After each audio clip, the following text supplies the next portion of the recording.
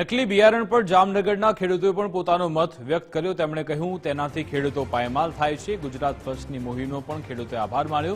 ખેડૂતોએ સરકાર અને પોલીસની કામગીરીને બિરદાવી। નકલી બિયારણ મામલે ઝુંબેશ ચાલુ રાખવા પણ ખેડૂતોએ માંગ કરી।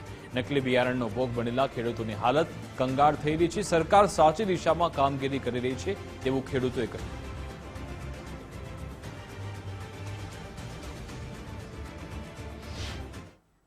નકલી બિયારણ ઉત્પાદન કરતા માફિયાઓ ખુલ્લેઆમ જે ખેડૂતો સાથે જે છે તે છેતરપિંડી કરી રહ્યા છે, જેના કારણે ખેડૂતો પાયમાલ થઈ રહ્યા છે। આ નકલી બિયારણની ઝુંબેશ સામે ગુજરાત ફર્સ્ટ દ્વારા જે ઝુંબેશ ઉપાડવામાં આવી છે, સરકાર દ્વારા પણ આ જ નકલી બિયારણના જે માફિયાઓ છે તેને નહીં છોડવાનો કોલ આપવામાં આવ્યો છે।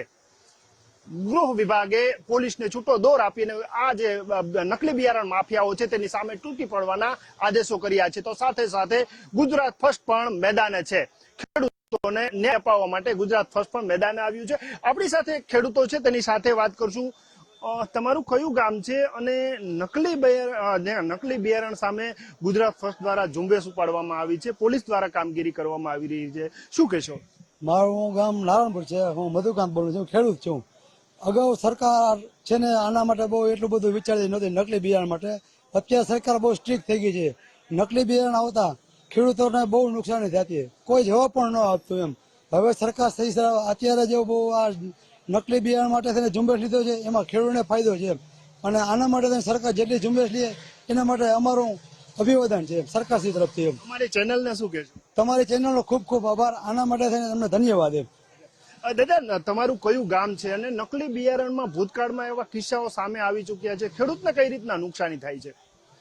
મારું ગામ છે ચંદ્રગઢ અને હું ખેડૂત છું અને સરકારે ઝુંબેશ ઉપાડ્યો છે એ સારામાં સારો છે અને નકલી બિયારણ જે આપે છે વેપારીઓ એના નકલી બિયારણ આવી ગયા પછી ખેડૂતોને કેવો પ્રોબ્લેમ થાય છે? નકલી બિયારણ આવ્યા પછી ખેડૂત પાયમાલ જ થાય છે, એમાં ઉપેજ આવતી જ નથી કોઈએ અને ખેડૂત પાયમાલ થતો જાય છે। અને સરકારે જે ઝુંબેશ ઉપાડી એ સારામાં સારી છે, એમાં અમે સાથ સહકાર આપીએ છીએ અને તમારી ચેનલને અમે આભાર માની। આપણી સાથે અન્ય ખેડૂત જોડાયેલા છે, શું કહેશો? નકલી બિયારણ સામે સરકારે ઝુંબેશ ઉપાડી છે અને નકલી બિયારણથી શું નુકસાની થાય છે? બહુ જ નુકસાની છે અટાણે ખેડૂત માટે તો બહુ।